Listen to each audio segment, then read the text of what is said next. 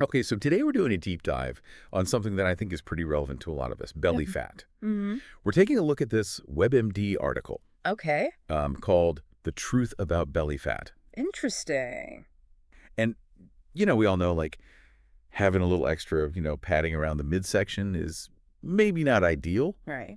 but this article really dives into some of the health risks that I think are kind of important for us to unpack. Yeah, for sure. I mean, I think we often just think about belly fat as like a cosmetic thing. Right? Just like, oh, I wish I didn't have this extra belly fat. Right. But it actually is like a serious health concern. Yeah, absolutely. And I think that's what's really important to kind of highlight here. Yeah, and this article lays it out. Yeah.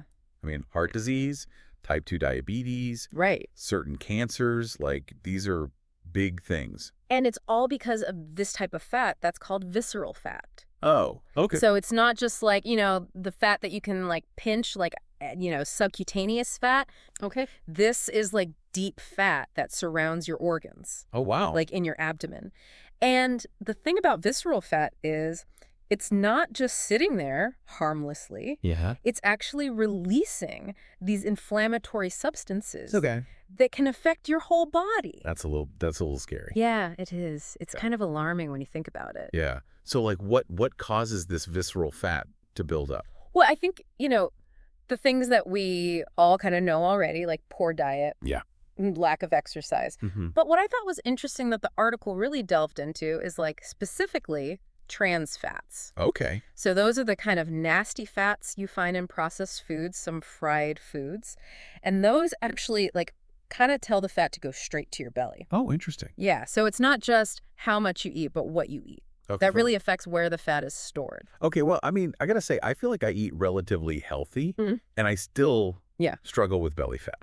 Like, what's that about? It's frustrating. Yes. Yeah, and the article talks about this too. So stress is a huge factor. Okay. And I think this is something that a lot of people don't really realize. But when you're stressed, your body pumps out cortisol. Mm-hmm. And cortisol actually can increase how much visceral fat you store.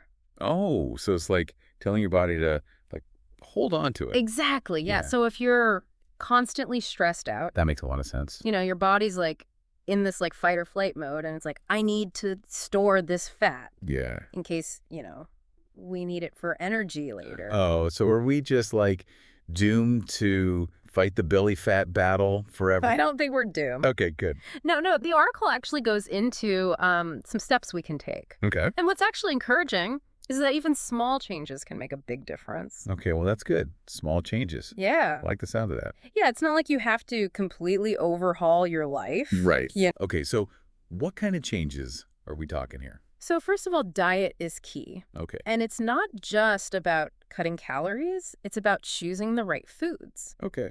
And one thing that the article highlighted was soluble fiber. Hmm. Have you heard of that?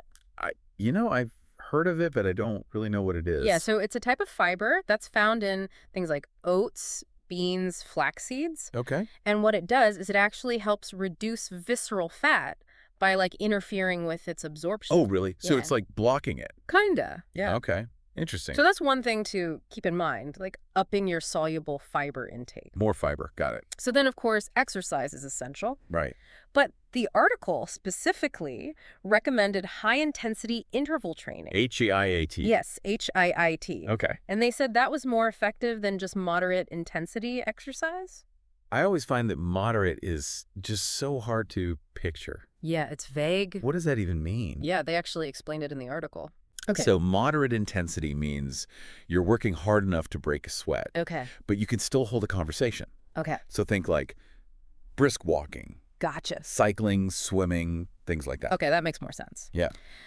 So we've got diet, Hmm. we've got exercise. Is there anything else that can help us fight this belly fat? Well, this might sound surprising, Okay. but the article really emphasized sleep. Oh, sleep. Yeah, apparently when you're sleep deprived, your body produces more cortisol. Ugh. Yeah, that stress hormone. Yes. So my late night Netflix binges are not doing me any favors. Probably not helping. All right, so sleep, diet, exercise. I mean, it's good advice, Right. but it can feel kind of overwhelming. Yeah. Where do you even start? Yeah, and that's why, I think the key is to start small. Okay.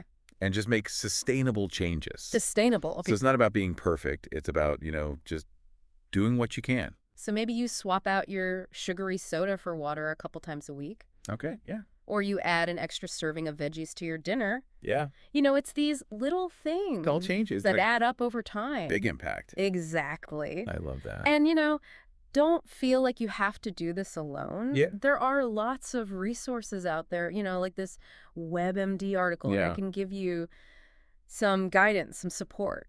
Well, I have to say, this deep dive really was an eye-opener for me. Good. I feel like I have a better understanding of belly fat now Yeah. and feel a little bit more empowered to actually, do something about it. That's great. So thank you for that. Of course. Now, I guess I'm curious, for our listeners, Yeah. knowing what we know now about belly fat, Mm-hmm. what's one specific action that our listeners can take today That's a great question. to start reducing your belly fat and improving their overall health?